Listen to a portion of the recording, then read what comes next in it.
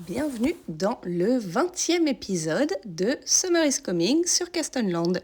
J'ai commencé la journée avec un petit yoga et ensuite, vous verrez la suite de l'épisode.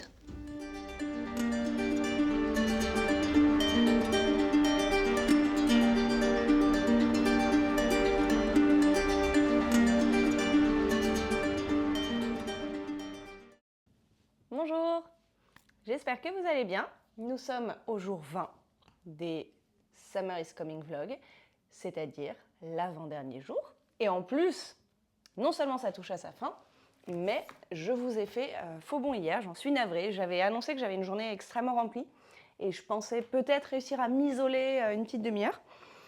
Ça n'a pas eu lieu, C'était une journée de tunnel. Travail, enfants, trucs familiaux, trucs de fin d'année, prévision de l'année qui arrive, etc. Quand je me suis isolée, c'était dans mon lit à 22h et je me suis endormie instantanément. Et là, nous sommes jeudi pour moi. Il est 12h15, je dois partir dans une demi-heure. Je dois aller rendre visite à de la famille qui habite à La Réunion, qui repart dans quelques jours et que je n'ai pas encore pu voir. Et du coup, je vais aller voir chez ma tante qui habite dans le 95, donc pas tout près, mais de quoi faire l'aller-retour sur la demi-journée, puisque je dois être de retour à 18h pour amener ma fille au piano. Voilà, donc en fait, on est toujours dans le tunnel. Hein. C'est pas fini. J'ai quand même eu 2 petites heures là, de 10 à 12, je n'ai pas travaillé, j'ai fait un peu de tâches ménagères, mais pas que. Je me suis installée, j'ai regardé un bout d'épisode de White Lotus. Je me suis installée 50 minutes avec mon tricot et mon petit jacquard là. C'était un plaisir, mais j'avais pas fait ça depuis mardi soir. Et moi, je considère que dans le quotidien, dans la vie, alors il y a des périodes exceptionnelles comme maintenant, c'est pas grave, hein, mais que ça doit faire partie du quotidien, de se poser une petite heure ou deux par jour, faire ses petits trucs pour soi, et que c'est vraiment nécessaire à la bonne santé du système nerveux. Et donc là, mon système nerveux n'est pas au top. Mais bon, ponctuellement, le corps peut supporter. Je me mets sur les commentaires car, les amis, ne perdons pas de temps. De toute façon, en 2 jours, j'ai pas tricoté, j'ai pas acheté de laine, j'ai pas regardé de vlog, j'ai pas allumé la télé, enfin, sauf pour mes 50 minutes de White Lotus là. Je n'ai rien de nouveau à vous dire. Donc, nous allons continuer notre discussion, car vous avez peut-être une vie plus chill, ou en tout cas, vous avez contribué à nos échanges, et en plus, je suis à la bourre vu que je ne suis pas venue hier. Alors, j'ai fait un tri approximatif. Attendez, je vous montre quand même, puisqu'il est à côté de moi, le Reborn qui avance, parce que je pense que je ne l'avais pas sous la main les 2-3 derniers jours. Alors bon, à nouveau, j'ai réussi à faire 1 ou 2 rangs par jour, donc vous n'allez pas faire « waouh, ça a trop avancé !» Mais ça a quand même un petit peu avancé. Donc là, on voit bien les manches séparées, le motif, et en fait, le deuxième motif, c'est l'endroit où ça rebique, là, sur les aiguilles. Aiguilles petites, donc on ne le voit pas encore bien apparaître, mais il apparaît tranquillement, mais sûrement. Il me reste 10 rangs, je crois, de jacquard. Et après, je passe sur du jersey. Je disais jersey jusqu'à la fin du pull, mais non, jersey jusqu'à la fin du corps, enfin plus les côtes évidemment. Et ensuite, sur ce patron, il y a du jacquard sur le bas des manches. Mais bon, j'ai un peu de temps avant d'en être là. Donc ça avance. J'ai pesé hier. Il me reste 36 grammes. Je dois en garder 25 pour les manches. Donc il me reste 11 grammes là sur le corps, à utiliser sur le corps. Donc je pense qu'en réalité, je vais me faire encore 1 rang ou 2. Et ensuite, je vais commencer à alterner mes écheveaux pour dégrader avec ma deuxième couleur qui est donc celle-ci. Donc un cran plus corail. Ça va être cool, il faut que je la mette en pelote d'ailleurs. Je ferai ça ce soir en rentrant après le piano de l'enfant et avant que mon père n'arrive. Je trouverai 10 minutes. Voilà, donc ça avance. J'ai trop hâte de me poser. Demain, je fais rien. Demain, je ne fais rien. Je vais à la salle de sport, évidemment. Mais pour moi, c'est pas toujours une contrainte. La seule contrainte que ça peut être pour moi, c'est quand j'ai l'impression de ne pas avoir beaucoup de temps et que je suis un peu en manque de temps de lecture, temps de tricot. Bah, j'ai pas envie d'y renoncer pour aller au sport. Mais sur une journée qui est entièrement vide, enfin entièrement vide, j'ai ma fille hein, et mon père. Donc je me lève quand même à 7h30. Ma fille, elle a un truc, une sortie scolaire de sport, donc il faut qu'elle soit partie de la maison à 7h50, sandwich fait, petit panier de pique-nique, bidule, machin, et je la récupère à 16h30, et mon père dort à la maison. Bref, rien. Mais de 8h30 à 16h30, j'ai rien. J'irai au sport pendant 2 petites heures, le temps de faire l'aller-retour, machin, mais sinon je vais tricoter à gogo. Et j'ai trop hâte. Ça va être trop bien. Alors, je prends mon tricot. C'est celui que je vais amener là dans ma famille pour l'après-midi familial, parce qu'on va discuter et puis je vais un peu tricoter. Donc c'est très sympa, hein, quand je dis c'est le tunnel, etc., là je vais dans la famille se poser, discuter, tricoter, il fait chaud, tout le monde a chaud, je vais être assise avec mon tricot. C'est juste que, bah, vous le savez que ma sociabilité n'est pas... Enfin c'est pas que je suis pas sociable, je suis justement extrêmement sociable.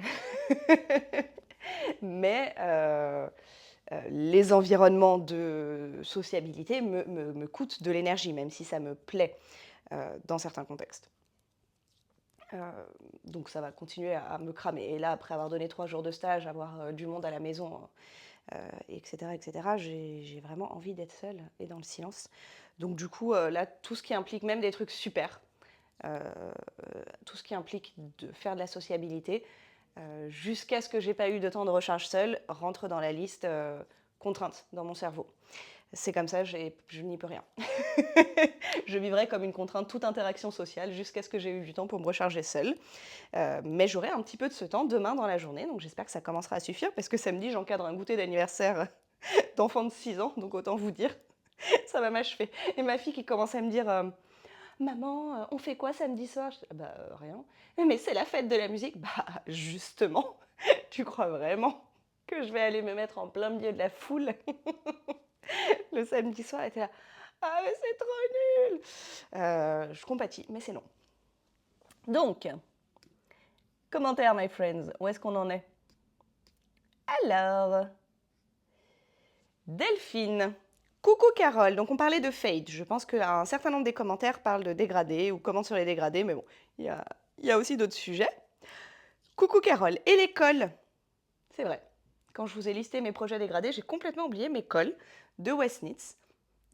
Absolument. Mais en vrai, je pense que j'ai fait plus d'une dizaine de gros projets en dégradé. Ça a été pendant longtemps mon truc préféré. En ce moment, c'est le jacquard depuis 2 ans. Mais avant, il y a eu du dégradé à gogo. Tu as fini le deuxième? Point d'interrogation.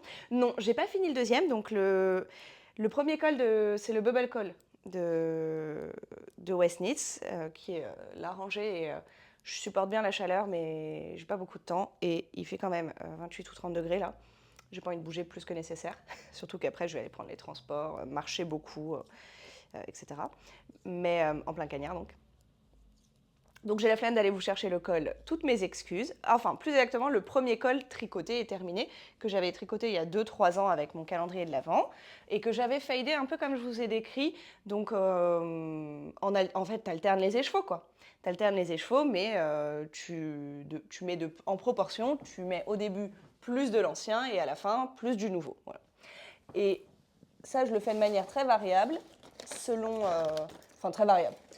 Quand c'est pas pour un pull, où je suis obligée de noter rang par rang, comme je vous disais, je le fais un peu comme ça vient. Hein. Franchement, je me prends pas trop la tête. Surtout si le dégradé a été teint en dégradé, type un calendrier de l'Avent de mini dégradé, où là, en fait, les couleurs, elles se dégradent vraiment assez subtilement, donc tu peux y aller un peu franco. T'es pas obligé de dégrader comme un zinzin. Si après, toi, tu crées toi-même ton dégradé avec des pelotes qui sont pas complètement assorties, il faut être un petit peu plus progressif dans la manière de les alterner. Donc le premier, je l'ai fini, j'ai la flemme d'aller vous le chercher. Le deuxième, c'est celui que j'ai commencé avec une reconstitution personnelle. Du coup, c'était un mini... C'est quoi ces aiguilles? Quelle taille? 4. C'était un demi-calendrier de l'Avent de Wildflower Yarns, donc une teinturière anglaise. Mais comme 12 mini, ça suffisait pas pour le col que je voulais, je suis allée fouiller un peu dans mon stock. C'était grosso modo une thématique plutôt pastel, machin. Pour en récupérer en tout 18. Et chaque jour, j'ai essayé de faire un écheveau pendant la période de l'Avent l'année dernière et j'ai pas fini. Et là, j'ai eu un peu la flemme de continuer parce que c'est un peu dur de renoncer à la gratification immédiate. J'ai quand même plus envie de tricoter des trucs que je vais porter bientôt. Donc le col d'hiver, là, j'y pense pas trop. Et en revanche, je sais que je vais être frustrée de ne pas avoir de projet de l'Avent vu que je n'ai pas acheté de calendrier. Je sais que je vais être frustrée de ne pas avoir de projet de l'Avent au 1er décembre. Donc au 1er décembre, j'aurai, je sais pas, il me reste 10 mini à ajouter là-dedans. Donc j'aurai un projet. Donc voilà, je le dis à chaque fois que je vous le montre, parce qu'à chaque fois, cette partie-là, elle a l'air un peu marron, alors que c'est du vrai orangé avec des speckles roses. Donc je ne sais pas pourquoi ça ressort comme ça à l'écran. Et voilà, donc celui-ci, il est dégradé, mais avec des couleurs qui ne se dégradaient pas naturellement. Donc il y a des endroits où ça fait des variations de couleurs un peu différentes. Mais il n'a pas bougé. C'est un truc super chouette à tricoter. Et donc je serais trop contente de reprendre ce petit col en décembre, je pense. Donc il n'a pas avancé. Merci beaucoup pour les tips. J'ai acheté un sublime fade de chez Les Chevaux Solidaires et il m'intimide un peu. Allez, go for it. Ça va être trop cool. Surtout si tu l'as acheté déjà fadé, ça va être tranquille. Mouni Agnès, en quelle taille avais-tu fait ton 13KO? Je viens d'en faire un, j'adore, mais j'hésite sur la taille du prochain. De mémoire, je l'ai fait en 105 cm. Je pense qu'à un moment où j'ai fait plein de pulls d'affilée, 2 13KO, des no frills, etc. Des pulls basiques en fait, j'avais envie de pulls basiques. J'avais choisi 105, ce qui fait une aisance positive de 10 cm plus ou moins pour moi. Et du coup, pour des pulls pas ultra larges, mais pas serrés, c'est une bonne aisance que j'aime bien. Joyce, coucou Carole, merci à toi de continuer ces vlogs journaliers malgré ta semaine chargée. De rien, j'essaie, malgré des jours de pause. Et merci pour ton cours sur le fade. J'ai fini un pull en déca en fade, mais je suis motivée à en refaire un autre avec le plus de tes explications. Surtout que le déca, c'était un mélange de plusieurs fingerings. J'avais pas pensé à faire entre les fils de fingering en plus des 3 coloris principaux. Tu vas voir, ça va faire encore plus subtil comme fade du coup. Tu me motives à tester le jacquard car tu fais vraiment de jolis modèles, merci. J'avais mis le Super Célène grâce ou à cause de toi dans mes favoris Ravelry, lol. Bon courage pour la suite, à plus tard. Le Super Célène, j'ai le souvenir d'un pull que j'ai tricoté à la vitesse de l'éclair. Tricoté en aiguille 5, je crois, jacquard tranquille. Trop cool. J'adorerais me refaire un Super Célène. Je te recommande de le faire donc. Lise, ça m'a l'air quand même compliqué ces dégradés, trop de choses à gérer pour moi. Ça fait un peu de gestion, ouais. Il n'y a pas de difficulté technique, mais il faut gérer tes pelotes accrochées, noter tes rangs, etc. Il faut un peu avoir envie de s'y coller, quoi. Mais après, à nouveau, ça fait beaucoup de choses à gérer sur un pull, parce qu'il y a la gestion du calcul de laine pour les manches et le fait que ça doit être identique. Sur un col, en fichant. Ange, coucou Carole, très intéressant des infos sur les fades, je suis une acheteuse compulsive. Quand ça va pas fort, j'achète un livre ou de la laine. J'adore la regarder et la toucher, ça me fait du bien et puis c'est jamais perdu.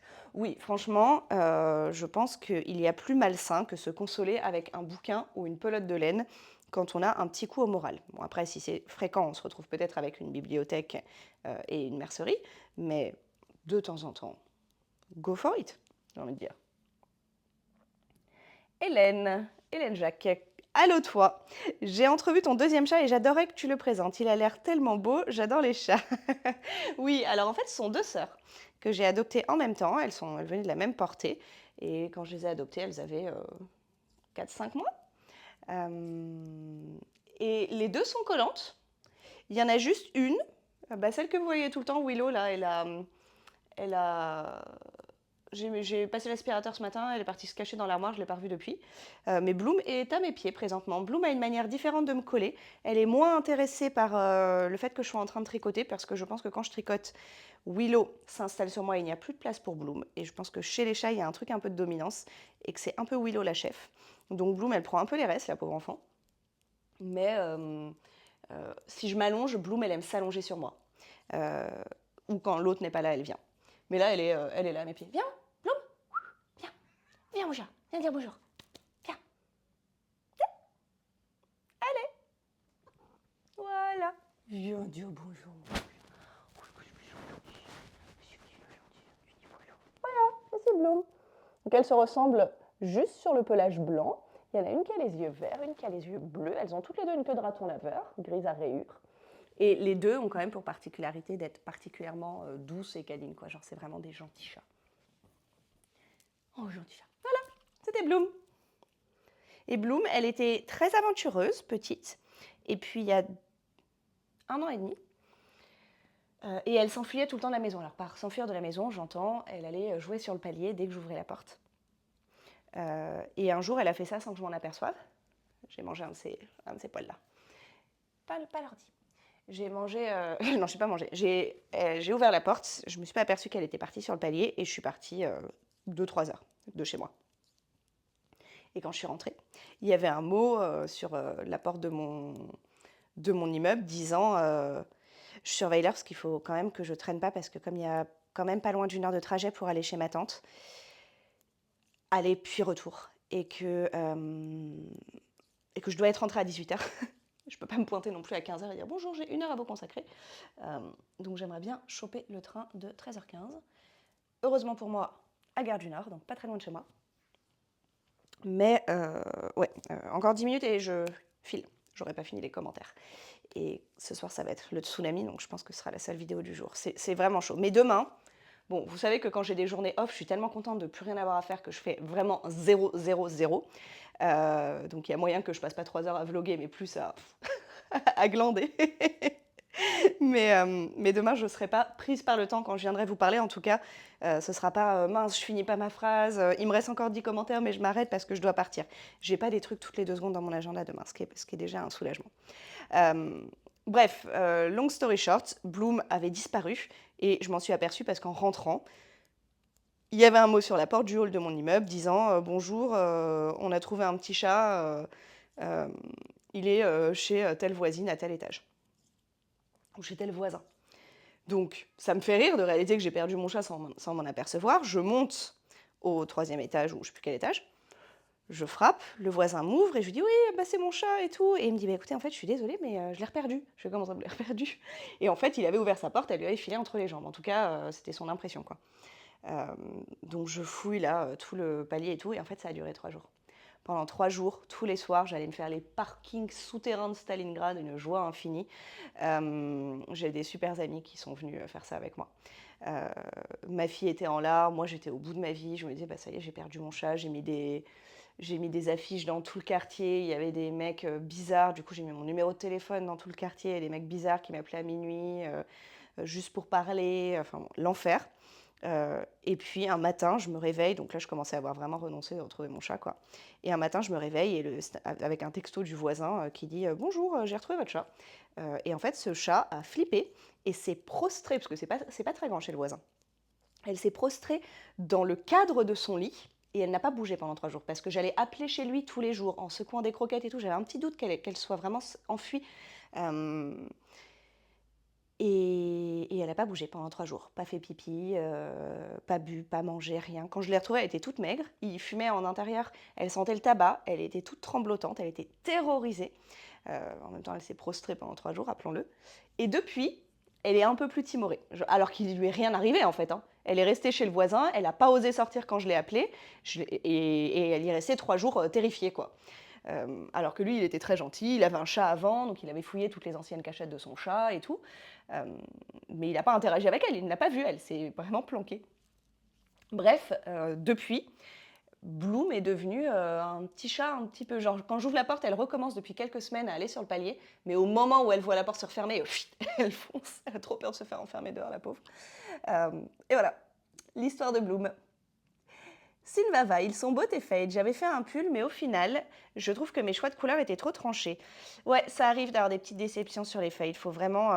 Je pense qu'on peut utiliser le même test que sur le jacquard. Tu sais, parfois le jacquard, on conseille pour vérifier justement que c'est assez contrastant, de prendre une photo de nos 2 pelotes côte à côte et de passer la photo en noir et blanc sur notre téléphone.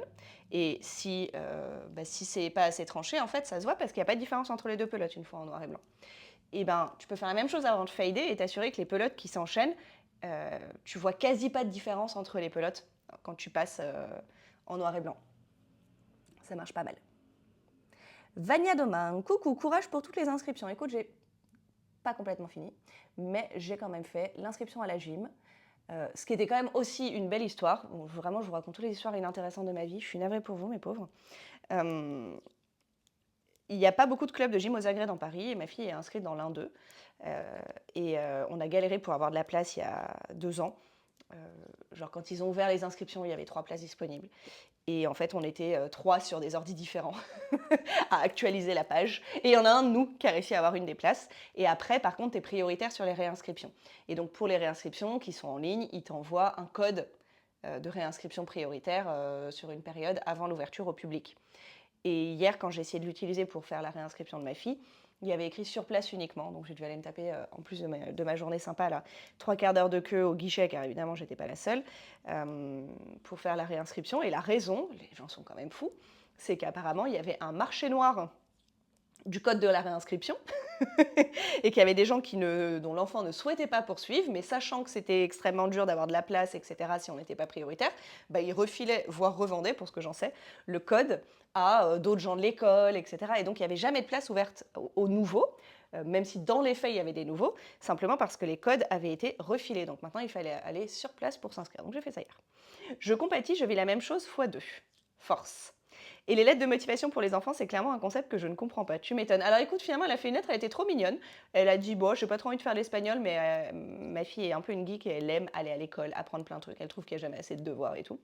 Donc elle a fait une lettre de motivation sur le thème, j'aimerais bien avoir plus de cours, merci de m'accepter en classe bilingue. Le mois de juin est le pire mois de l'année, franchement c'est dur. Ceci dit, septembre, c'est pas ouf non plus, hein.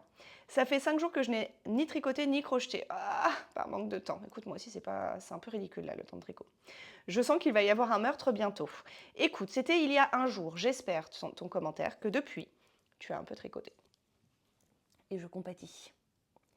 Nous sommes dans le même bateau. Agnès Théry, coucou Carole. Étonnée de voir que personne ne propose la 4e méthode qui a changé ma vie. Pour les manches, j'ai des épingles à nourrice géantes. Oui, genre des gros arrête-mailles, là. Où je mets mes mailles de manche, je ne changerai pour plus rien au monde. Merci pour tes vlogs, bon courage pour ta semaine. C'est vrai que ça marche bien aussi, ça. Mais ça fait un truc un petit peu plus rigide que ça. Là, franchement, moi, ma vie, elle a changé. Ah bah non, j'ai pas le bon pull. Ma vie a changé avec juste le petit arrête-maille. Attendez, je vous montre. Parce que j'avais dit que je vous montrais la dernière fois, j'ai oublié. Et là, je l'ai sous la main. Donc là, en fait, vous voyez, j'ai glissé le câble des prochaines aiguilles quand j'ai...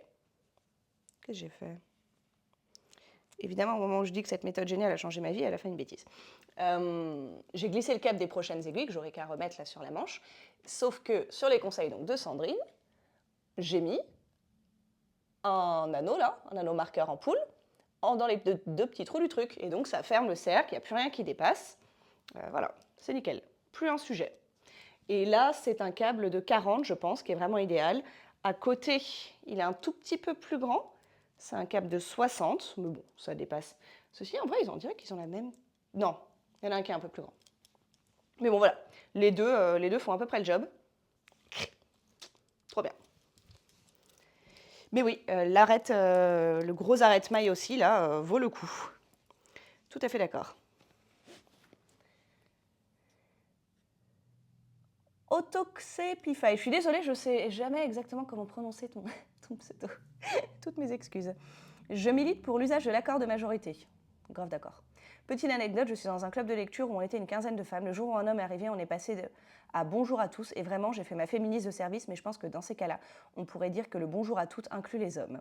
Plus, j'ajoute que c'est la même chose qui me passe dans la tête dans mes cours de yoga quand la prof accorde au masculin quand il y a un homme pour 25 femmes. Alors figure-toi que moi, dans mes formations, c'est une question qui se pose parce qu'il y a littéralement un homme pour 25 femmes, effectivement. Et...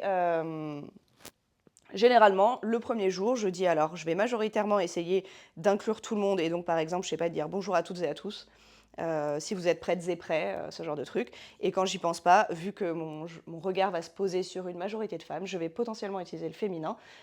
Ne t'en sens pas offensé. Pour nous, on accorde toujours au masculin et on se sent pas vexé, donc j'imagine que tu le vivras bien. La plupart des hommes le vivent bien. Et Agathe dit, oui, je me suis souvent fait cette réflexion en cours de yoga. Bonjour à toutes, puis bim, un homme, on masculinise tout. Bah, c'est du français, hein, mais c'est pas très inclusif. C'est du français patriarcal, comme dirait l'autre.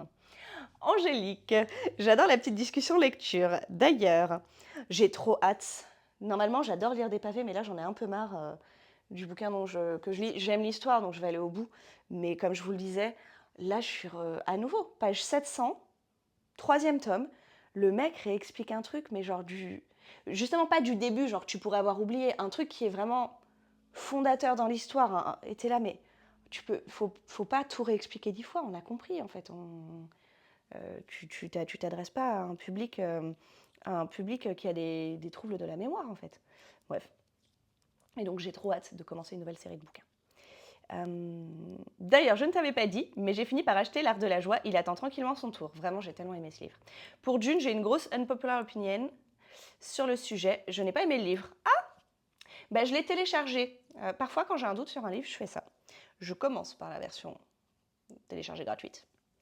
Et si j'aime. Et je le lis pas en entier, genre je lis en entier, j'ai pas aimé, donc je le paye pas. Hein. Je lis, je sais pas, un chapitre ou deux, et si je vois que je vais le continuer, je vais acheter la version papier. Alors que le film m'avait beaucoup plu. Écoute, il est sur ma liste. Je comprends ce que tu veux dire pour Sanderson. J'ai commencé sa grosse saga Les Archives de Rochard. L'univers est vraiment dingue, il me semble que c'est le même type d'univers les deux. Mais j'ai calé après la première partie du tome 3. Je crois qu'il a un problème avec les tomes 3 parce que je discutais avec Monica qui a aussi lu celui que je suis en train de lire et qui m'a dit le tome 3, elle a ramé, mais à la fin, elle était contente d'être allée au bout. Qui traîne vraiment en longueur et maintenant, je ne m'en souviens plus assez pour continuer. T'inquiète pas, il va te répéter 10 fois les trucs. Je pense que tu peux continuer, il va rabâcher. Je commence à projeter les relectures de sagas jamais terminées pour pouvoir m'y remettre. Et si jamais tu cherches des idées lecture fantasy, oui, je cherche toujours, le cycle de Syphe, S-Y-F-E-F-F-E, est un de mes coups de cœur de ces dernières années. Une pépite quant au style d'écriture, toujours en cours de parution. Génial, merci beaucoup. J'étais en train de chercher mon téléphone pour le noter. Mon téléphone est là. Le cycle de Syphe, je le note dès que je raccroche avec vous. J'ai vraiment l'impression d'être au téléphone avec vous parfois. Voilà pour le chaos. Bienvenue au Mordor, car il y a un volcan. Merci. Miss Manu, coucou. Bon courage pour ce tunnel de fin d'année avec ta fille. Pour le fade, il y a Summerlee qui a des patrons de chaussettes en fade très bien. Ah cool, moi j'ai tricoté beaucoup de patrons de Summerlee, mais c'était avant qu'elle ait écrit un bouquin, qu'elle soit très successful. Non qu'elle ait perdu en qualité depuis, hein, c'est juste que pour X raisons, j'ai fait d'autres trucs ces derniers temps. Y compris une recette de socket en fade à dispo sous l'une de ses vidéos. Trop bien. Je pense qu'on peut la retrouver avec le titre. Eh bien, go for it si vous voulez des recettes de fade sous une de ses vidéos, les amis. Pour les tops, moi je pense que tu vas être très agréablement surprise par ton top au coton bambou. Franchement, moi je pense qu'il va être trop bien. Ça a une super fluidité, j'ai trop hâte de le mettre. Est-ce qu'on en est où en longueur? Vous voulez voir où on en est en longueur? Totaline tank top, vous n'êtes pas rebuté par le manque de diversité des projets ici. Hein. Je fais tous les projets en double, et en plus comme on se voit tous les jours, ça prend 3 plombes. Merci d'être toujours là. Donc là, on commence à être pas mal. Attendez, en longueur, ça donne quoi? Ouais, bon, on est quand même encore sur un truc un peu court, mais il y a encore les côtes et tout. Et je te conseille de tester le coton lin. Le lin apporte une fluidité incroyable. Et là, ce que j'aime, en plus de la fluidité, le bambou coton, c'est que c'est vraiment très, très doux. Par contre, rappel pour toutes les tricopines, les fibres végétales se rétractent en hauteur lors du lavage. Très bon rappel. Moi, quand je les sors de la machine, je les secoue un peu et tire un peu dessus en longueur avant de les mettre à sécher à plat. Je fais ça à chaque fois sans souci. Bien, si vous voulez savoir ce que j'ai même fait moi sur ma Ripple camisole en fibre végétale, puisque j'en ai fait une en déca végétal et l'autre en fingering mérinos, je la fais sécher sur un cintre, carrément, pour pas trop perdre en longueur. Et nickel, pas de souci. Donc comme ça, elle continue de s'étirer, parce qu'elle est lourde quand elle est mouillée. Merci Manu. Fiber and Textiles. Bon courage pour ces journées intenses avec tous les emojis KO. Je pense que ce qu'on adore dans tes vlogs, c'est que tu nous présentes la vraie vie. Alors là, oui, vous êtes vraiment dans le jus, les pauvres. Telle qu'elle est, sans fioritures et sans trop de filtres. Ça déclenche évidemment de l'empathie et de la compassion. Merci. Probablement un effet miroir aussi à se dire tiens, on n'est pas seul. C'est marrant, j'y pensais ce matin, j'étais sur Instagram 2 secondes et je sais pas, pourtant franchement je bosse bien, j'ai pas de problème de succès divers et variés. Enfin, vous voyez, quand on est prof de yoga, il faut vendre des trucs en fait pour gagner sa vie. Genre, il faut que les gens viennent à tes cours, que les gens s'inscrivent à tes formations, que les gens achètent ton programme, etc. Donc il y a toujours une question de est-ce que tu as un public, quoi. J'ai pas de problème de ce côté-là, mes trucs sont remplis, ou suffisamment remplis, c'est pas toujours plein sur liste d'attente, etc. Hein, mais suffisamment remplis pour que je gagne ma vie, et puis c'est sympa, et puis j'aime bien.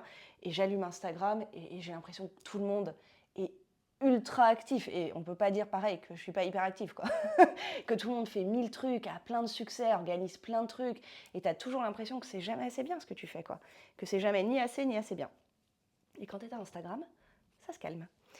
Et ça a toujours été un petit peu quand même mon but de... Déjà, j'ai aucun talent pour rendre la réalité jolie, pour l'esthétisation.